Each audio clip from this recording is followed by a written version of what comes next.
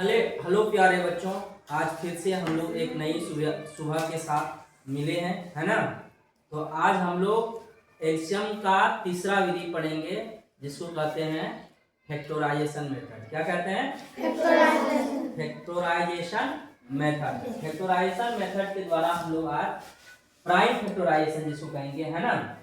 Prime factorisation method के द्वारा हम लोग आज एलसीएम और एचसीएफ निकालना सीखेंगे, ठीक है। इसको हिंदी में कहते हैं, एलसीएम का हिंदी मतलब लीस्ट कॉमन मल्टीपल्स होता है, इसका फुल फॉर्म।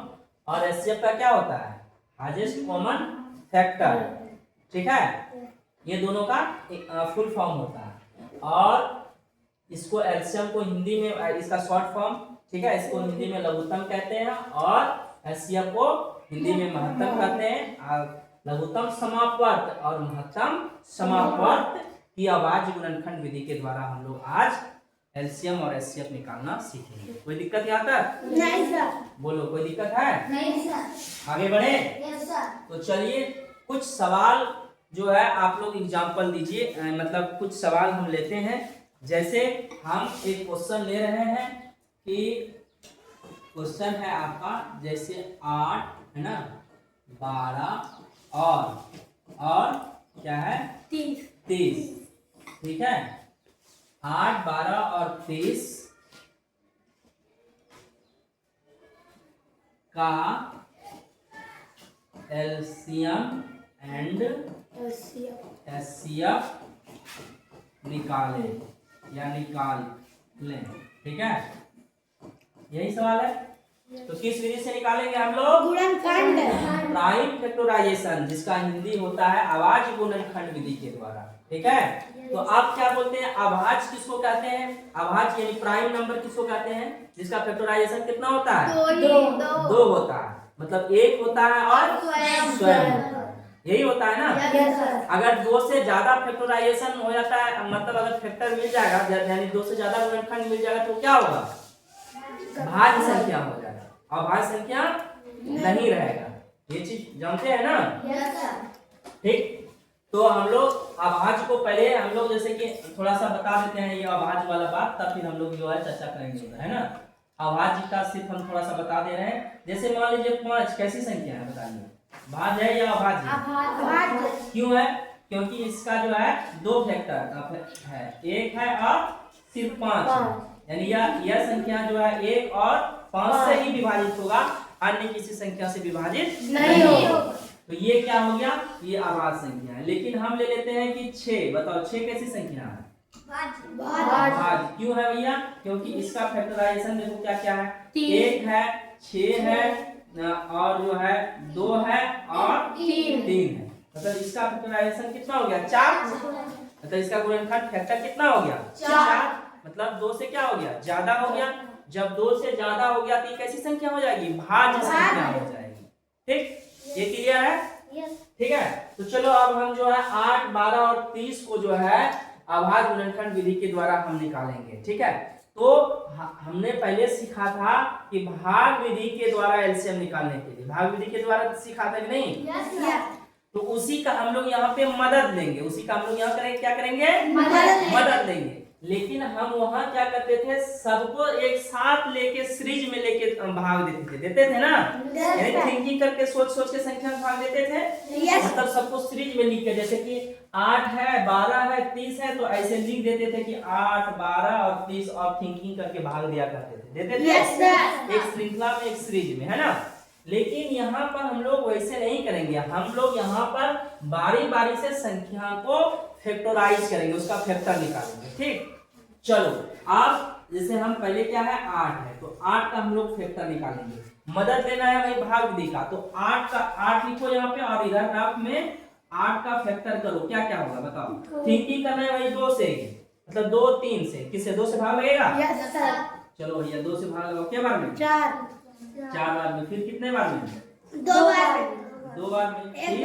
एक बार में। आप एक को लिखते नहीं है हम लोग? नहीं। एक में भाग करते नहीं है, है ना। 2, 2, 2, है ना। तो इसका फैक्टर क्या हो गया? 2 गुना 2 गुना 2। यहाँ तक समझने में दिक्कत नहीं सर। अब चलिए अब फिर 12 को भी तोड़ेंगे हम लोग, 12 लिखेंगे ऐसे, है ना। तो 12 को सिर्फ फिर हम मदद लेंगे उसी तरह से, लेकिन एक साथ लिख रहे हैं क्या भाग विधि जैसा? नहीं। एक साथ नहीं लिख रहे हैं ना। नहीं। तो 12 को फिर से अलग से हम लोग तोड़ेंगे, ठीक है। तो 12 को यहाँ पे तोड़िए भाई, 12 को तोड़िए कितना से? थिंकिंग करना है किससे? 2 से करना है, 3 से करना है, डॉट डॉट ऐसे ही। तो 2 से कीजिए कितना बार जाएगा? 6। फिर किससे कटेगा? 2 से क्या बार? फिर किससे? 3 से। क्या बार? 1 बार। हो गया। और कटेगा क्या? नहीं सर। चलिए अब लिखिए, यहाँ क्या लिखेंगे? एकदम सीधे लिखना है। 2 गुने 2 गुने 3। कोई दिक्कत नहीं सर। अब क्या है? 30। अब 30 को भी आप लोग तोड़िए बच्चे, 30 को भी हम लोग यहाँ तोड़ने की कोशिश करेंगे, है ना। चलिए 30 को तोड़िए, फिर वही सोचना है हमको कहाँ से? 2 से ही भाग देना है। चलिए 2 से भाग दीजिए। 15 बार। 10 बार। 15 बार। 15 बार में, बहुत सही, ठीक है।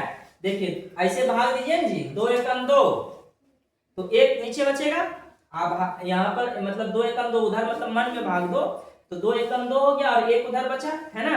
तो 1 नीचे उतरेगा, 1 भागफल में लिखे और 1 नीचे उतरेगा, है ना। और 0 नीचे आएगा, तो 10 हो गया। 2 पंचे 10, यही ना, यानी 1 और 5, ठीक 15 हो गया। अब किससे भाग लगेगा? 2 से लगेगा। 15 3 बार। 2 से लगेगा क्या? नहीं 3। ठीक है, 3 से लगेगा। क्या बात? 5। आप किससे लगेगा? 5 से। 5 से एक बार। ठीक है, हो गया। आप सजाओ। 2 गुने 3 गुने 5। यानी इसको हमेशा सजाना है किस क्रम में? आरोही क्रम में सजाना है, ये ध्यान रहे। किस क्रम में सजाना है संख्या को? आरोही क्रम। मतलब इसके फैक्टर को जितने भी संख्या, जैसे कि यहाँ पे संख्या आपको 3 मिला है ना बच्चा, कहीं आपको संख्या 4 रहेगा, कहीं 5 रहेगा, कहीं 6 रहेगा, कहीं 7 रहेगा, लेकिन उसके जो फैक्टर होंगे उस फैक्टर को हमको कैसे सजाना है? आरोही क्रम में। आरोही क्रम में, ठीक है। असेंडिंग ऑर्डर में, जिसको इंग्लिश में कहते हैं। कोई दिक्कत नहीं आता? चलिए अब बोलिएगा कि इसमें है अभाज्य गुणनखंड। अभाज्य गुणनखंड है ना। अब देखो सारी संख्या जितना भी हम लोग लाए हैं, ठीक है, इसको गुना करने पर इतना ही पूर्णा चाहिए। देख लीजिए, 2 दूना 4 दूना 8 है। देखिए 3 दूना 6, 6 दूना 12, 5 या 15, 15 दूना 30 आएगा। तो जितने भी संख्या को हमने तोड़ा है, फैक्टर किया है, तो सबका अगर हम इसका फिर फैक्टराइजेशन करेंगे तो इसका अभाज्य संख्या होगी। देखिए 2 अभाज्य संख्या है कि नहीं? इसका फैक्टर 2 ही है, 1 है और 2 है। 3 अभाज्य संख्या है कि नहीं? चेक करके बता रहा हूँ, क्योंकि हम लोग किस विधि से निकाल रहे हैं? अभाज्य गुणनखंड की विधि से ना। तो 3 का देखिए फैक्टर क्या क्या होगा? 3 और 1 होगा, उससे ज्यादा होगा क्या? नहीं।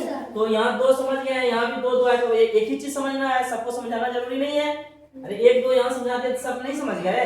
यहाँ 3 समझाते, अब देखिए यहाँ 3 यहाँ समझाते, यहाँ नहीं समझाना पड़ेगा। यहाँ 5, तो 5 का फैक्टराइजेशन कीजिए। 1 और 5। 1 और 5। कोई दिक्कत है? नहीं। तो ये अभाज्य गुणनखंड के रूप में टूटा है कि नहीं? चलिए भाई, अब हम लोग निकालेंगे, एलसीएम निकालना है और हमको एचसीएफ निकालना है, निकालना है ना। ठीक है, तो इसमें आप कॉमन देखिए। कॉमन मतलब जो तीनों घर में है, पहले उसको देखना। पहले क्या करना है हमको? तीनों घर में जो कॉमन है उसको देखेंगे। तीनों घर में कॉमन क्या है? 2। यही है ना। 2 है, ठीक। और कुछ कॉमन ले रहा है? नहीं है कॉमन।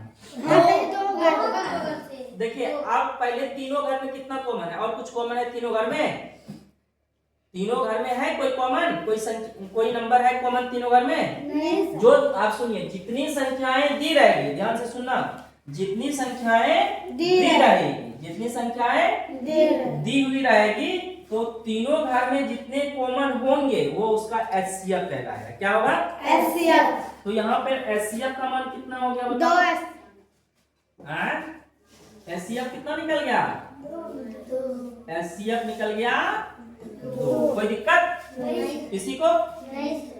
मतलब जितना नंबर दिया है, अगर मान लो यहाँ पर 4 नंबर का एलसीएम एचसीएफ निकालना रहता तो चारों नंबर का फैक्टर करते ना, यस सर। तब हम चारों घर में देखते क्या कॉमन है। ठीक है, तो ये यहाँ पे 3 नंबर दिया, तीनों घर में कॉमन क्या हुआ? 2 हुआ। तो इसीलिए इसका एचसीएफ क्या हुआ? 2। यहाँ तक समझ में आ गया? Yes sir. अब हम लोग निकालेंगे एलसीएम। क्या निकालेंगे? एलसीएम। एलसीएम। ठीक, तो एलसीएम निकालने के लिए वैसे ही एचसीएफ का ऐसे हम काम कर लिए। आप देखेंगे इसमें अगर 2 घर में भी कॉमन जोड़ा बन रहा है तो वहां भी जोड़ा बनाएंगे। ठीक है, तो देखो कॉमन कहाँ कहाँ आ रहा है? 2। यानी इस घर में आ रहा है कॉमन और इस घर में आ रहा है कॉमन, 2 का पेयर बन रहा है नहीं? 3 भी बन रहा है एकदम, बहुत अच्छे बच्चे। ठीक है, और कुछ बन रहा है? नहीं। देखो अब ऐसा नहीं सोचना कि इस घर से इस घर में नहीं बना पाएंगे, वहां भी बनाएंगे, ये ना सोचना। ठीक है, समझ में आ रहा है कि नहीं? Yes sir. तो अब पेयर नहीं बन रहा है, अब बाद बाकी क्या बचा? 2 5 5। अगर इसका पेयर नहीं बन रहा है तो कोई बात नहीं है, छोड़ देंगे हम लोग। अब हम लोग लिखेंगे एलसीएम। क्या लिखेंगे? एलसीएम। तो एलसीएम बराबर होगा, तो एलसीएम में क्या क्या होगा बताओ? 2। पहले सुनो, ये तीनों घर का तो 1 2 निकलेगा ही। क्या होगा? ये तीनों घर का 1 2 निकलेगा। 1 2 यहाँ से हो गया और 1 2 यानी कि 1 2 यहाँ से होगा इस घर से, और 1 2 कहाँ, और इसके बाद 3 यहाँ से होगा, अब बात इसके बाद बाद बाकी जो बच गया सब लिखाएगा। क्या क्या बच गया बोलो? 2 और 2 और 5।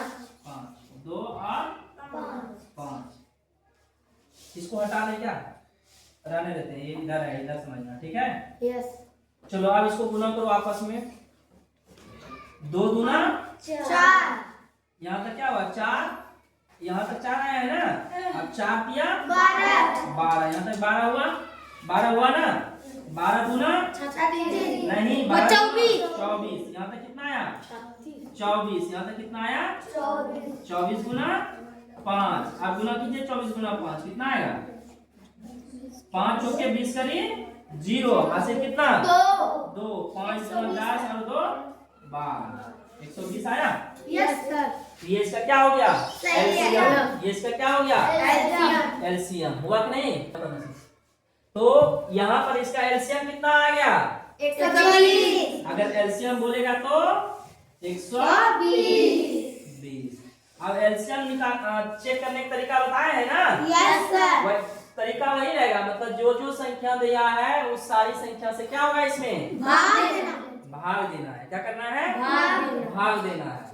और एचसीएफ क्या होता है? जो एचसीएफ निकला है, जो दिया हुआ संख्या है, मतलब जिससे हम निकाले हैं उन संख्याओं में इससे भाग लगना है। तो 2 से देखिए पूरी भाग लग जाएगा। देखिए 2 से एचसीएफ को चेक करने का तरीका क्या है कि एचसीएफ का जो नंबर आएगा, मतलब जो वैल्यू आएगा, इससे इन सारी संख्याओं में भाग लगेगा। इसमें भी लगेगा, इसमें भी लगेगा और इसमें भी लगेगा। कोई दिक्कत नहीं सर। हाँ या ना बोलिए? Yes sir. है ना? लग रहा है ना? 2 से 2 छक 8, 2 छक 12, 2 से 15 बार में लग जाएगा, लगेगा ना भाग? ये इसका एचसीएफ निकालने का तरीका हो गया। और एलसीएम जो नंबर आता है तो दिए हुए संख्या से इसमें भाग देते हैं। ठीक है, यहाँ तक आप लोग समझ गए ना?